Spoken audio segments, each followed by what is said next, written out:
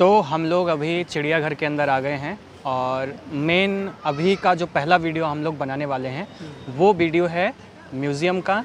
तो 80 रुपये टिकट इसका लगा है। अभी चल के देखते हैं कि म्यूज़ियम का कितना टिकट लगता है। यार हम लोग ढूंढ रहे हैं म्यूज़ियम और मिल नहीं रहा। मौसम तो वैसे अच्छा हो गया, मौसम बहुत बढ़िया है।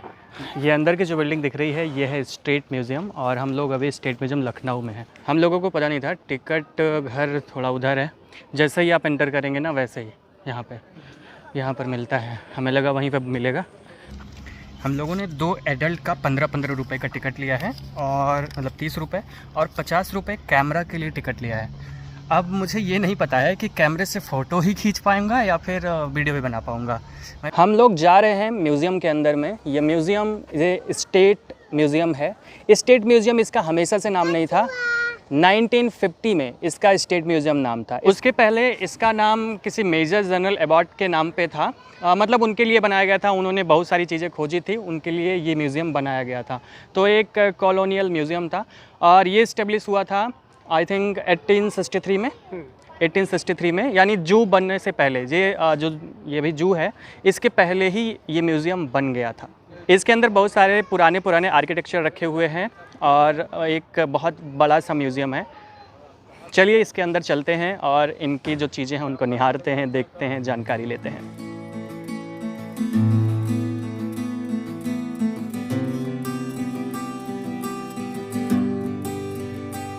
जैसे ही आप एंटर करते हैं ना, ऐसे बहुत सारी जो वो हैं जानवरों की मूर्तियाँ लेके, देखो ये दूध निकालने जा रहे हैं। बैठ जा बैठ के दूध निकालो।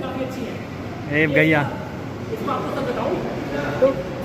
एकदम असली लगता है ना। बिल्कुल बहुत असली लग रहा है। वैसे तो इसमें बहुत कुछ है पर हम लोगों को सबसे इंटरेस्टिंग ये इजिप्शियन गैलरी लगी, तो इस वजह से सबसे पहले यहाँ पे चल रहे हैं। ये जो सामने आपको दिख रहा है ना, इसे स्फिंक्स बोलते हैं। मिस्र में इसका बहुत इंपॉर्टेंस था। इसका जो बॉडी होती है वो शेर की होती है और धड़ होता है इंसानों का। इसको स्फिंक्स बोलते हैं। इसको सूर्य देव के रूप में पूजा जाता है। मतलब इसको एक तरह से भगवान सूर्य का अवतार मानते हैं ये लोग। इसके अंदर आने पर ऐसा फील होता है ना कि जैसे सच में पिरामिड के अंदर आ चुके हैं और ऐसा थोड़ा सा डरावना सा भी लगता है।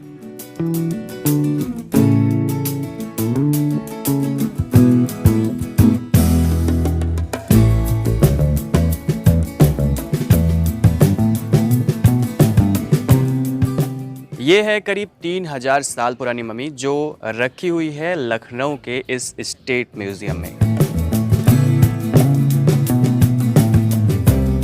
दीपांशु जी ये जानते हैं, ये जो है मूर्ति दिख रही है, आई थिंक ये मृत्यु के देवता की मूर्ति है।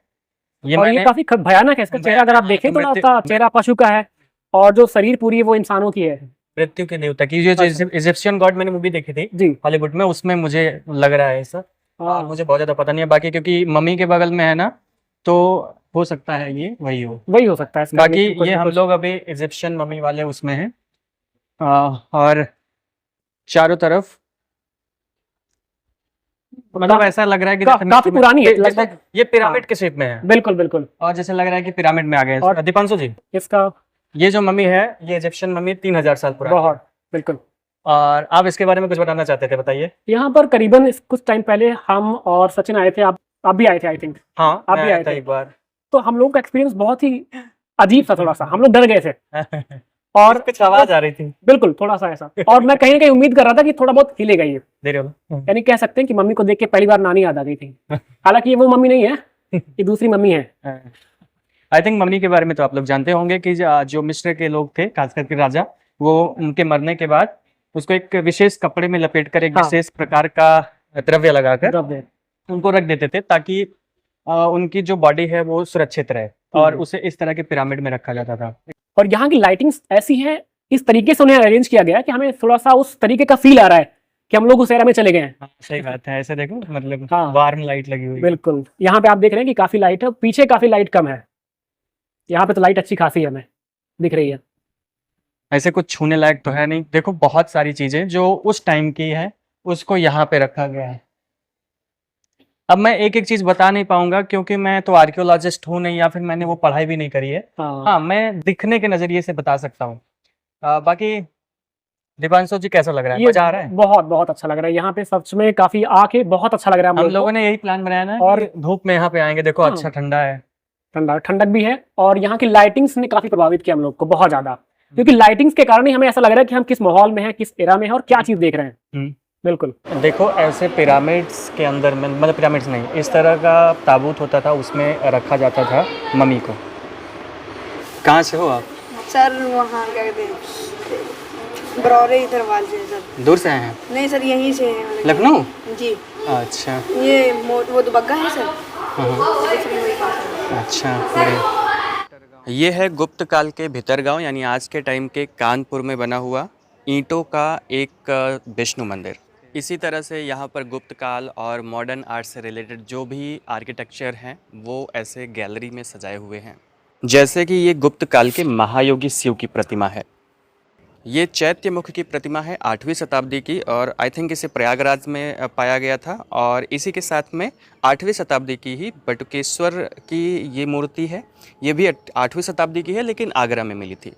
यहाँ पे एक बापू यानी महात्मा गांधी जी की भी मूर्ति चरखे के साथ है, लेकिन उनका सूत गायब है, जो वो सूत काट रहे हैं। इसी तरह से यहाँ बहुत सारी जो पुरानी मूर्तियाँ हैं, प्रतिमाएँ हैं, वो मौजूद हैं। हम लोग ऐसे कोई हिस्ट्री के स्टूडेंट नहीं हैं, ना तो आर्कियोलॉजी के बारे में उतना कुछ जानते हैं। मैं आपको दिखा सकता हूँ कुछ चीज़ें, मैं सारी चीज़ें तो नहीं दिखा सकता आपको। तो आप यहाँ पे ज़रूर आइए, आपको बहुत सारी चीज़ें मिलेंगी। जैसे ये जो आप सामने देख रहे हो ना, ये अभिलिखित शिवलिंग है। इसके ऊपर कुछ लिपियों में कुछ चीज़ें लिखी हुई थी। अब कोई आर्कियोलॉजिस्ट होगा तो वो बहुत अच्छे से समझ पाएगा कि क्या लिखा हुआ है। इसी तरह से ये एक बौद्ध स्तूप है जो कि अभिलिखित है, इस पे भी बहुत सारी चीज़ें लिखी हुई हैं।